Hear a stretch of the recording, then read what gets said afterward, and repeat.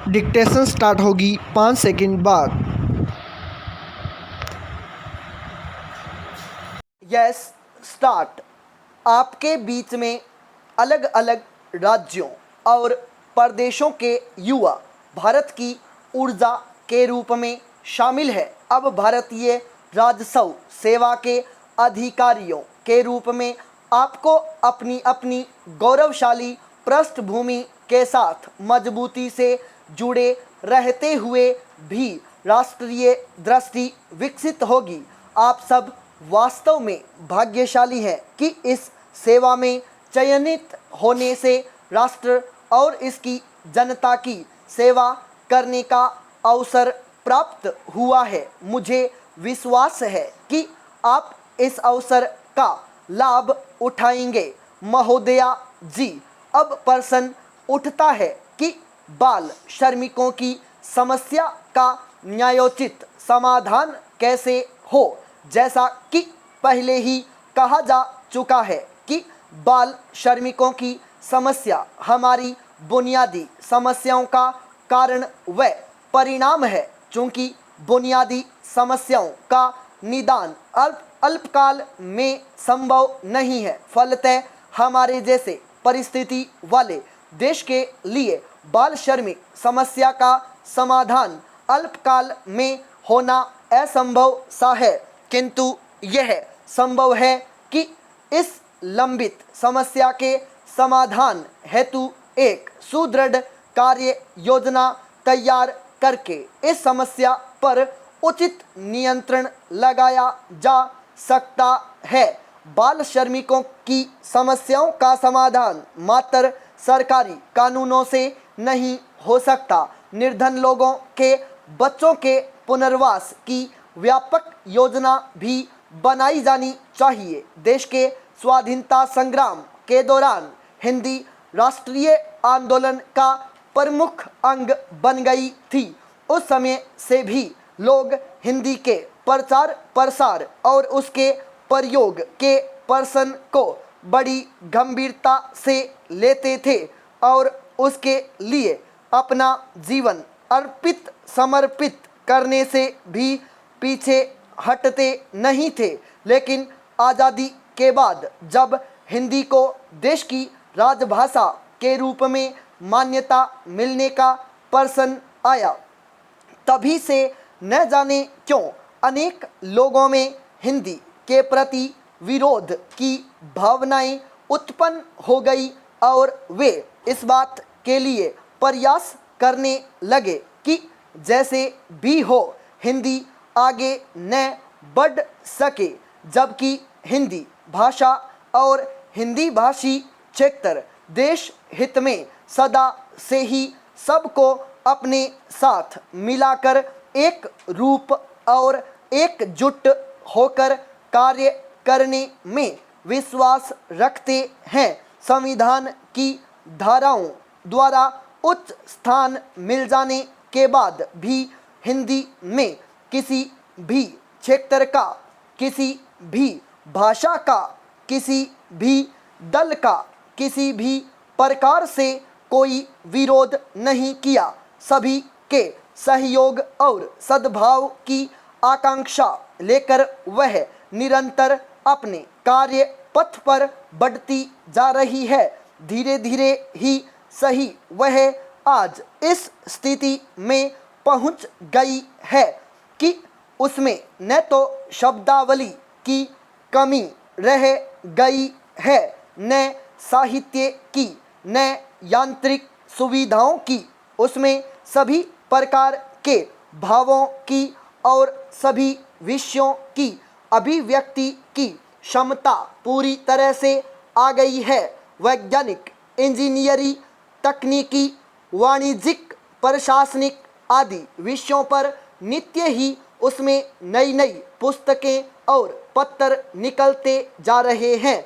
हिंदी प्रगति के पथ पर आरूढ़ है। यही कारण है कि आज देश में ऐसे लोगों की संख्या बढ़ती जा रही है जो यह सोचने लगे हैं कि विदेशी भाषा की बैसाखी के सहारे देश क्या कभी प्रगति कर सकेगा। वे ऐसा भी अनुभव करने लगे हैं कि वे हिंदी से दूर रहकर न तो न अपने क्षेत्र का और न अपने देश का ही भला कर सकते हैं। पाई पैराचेंज महोदय, यहाँ पर मैं प्रसिद्ध अर्थशास्त्री चाणक्य के कथन का उल्लेख करना चाहूँगा। उनका कहना था कि कर प्रक्रिया के निर्धारण का मानदंड ऐसा होना चाहिए जैसे मधुमक्खियाँ विभिन्न प्रकार के फूलों से उन्हें किसी प्रकार का नुकसान पहुँचाए बिना पराग चुनकर शहद को छत्ते में डालती रहती है। यहाँ पर पराग की तुलना टैक्स से, फूलों की तुलना करदाताओं से और मधुमक्खियों की तुलना कर अधिकारी से की गई है।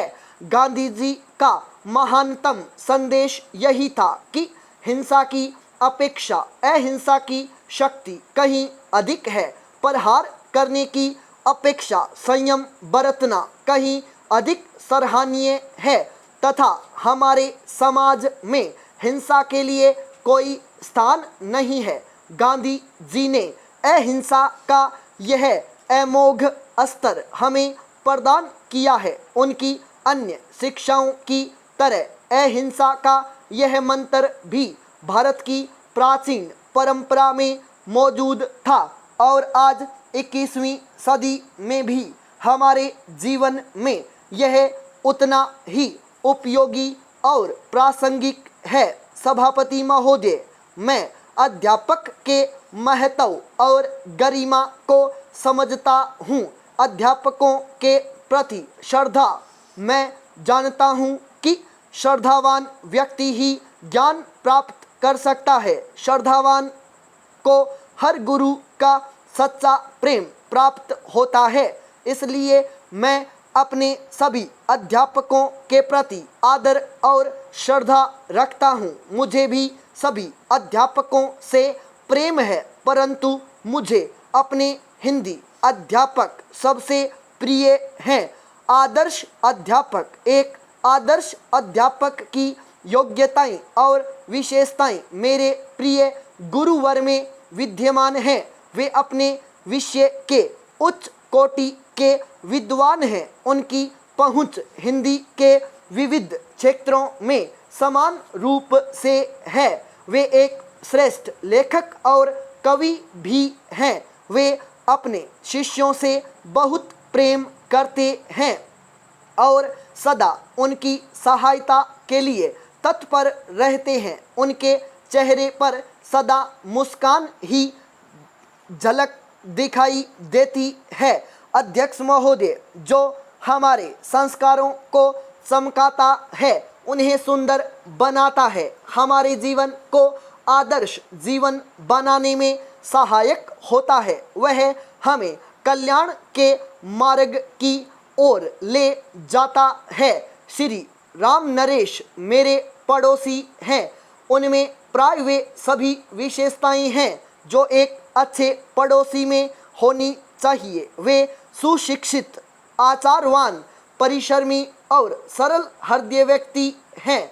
दुख और सुख में उन पर निर्भर रहा जा सकता है। वे उन पड़ोसियों में से नहीं जो दूसरों को कष्ट और विपत्ति में पड़ा देख मुंह फेर लेते हैं। वे तो सदा सहायता का हाथ आगे बढ़ाए दिखाई देते हैं। वे प्रगतिशील विचारों के व्यक्ति हैं। वे अपना कार्य बड़ी ही तल्लीनता और परिश्रम से करते हैं। वे विनम्र, उदार और बहुत ही मिलनसार है। वे अपनी विनम्रता और उदारता के लिए बहुत ही लोकप्रिय हैं। वे अपनी आवश्यकताओं को इतना महत्व नहीं देते जितना दूसरों की आवश्यकताओं को अपने और पराई का भेद तो वे जानते ही नहीं। नित्य सबकी सेवा करना मानो उनके जीवन का धर्म है। आदर्श पड़ोसी श्री राम नरेश वास्तव में आदर्श पड़ोसी है। अच्छे पड़ोसी को एक अच्छा इंसान होना चाहिए। स्टॉप।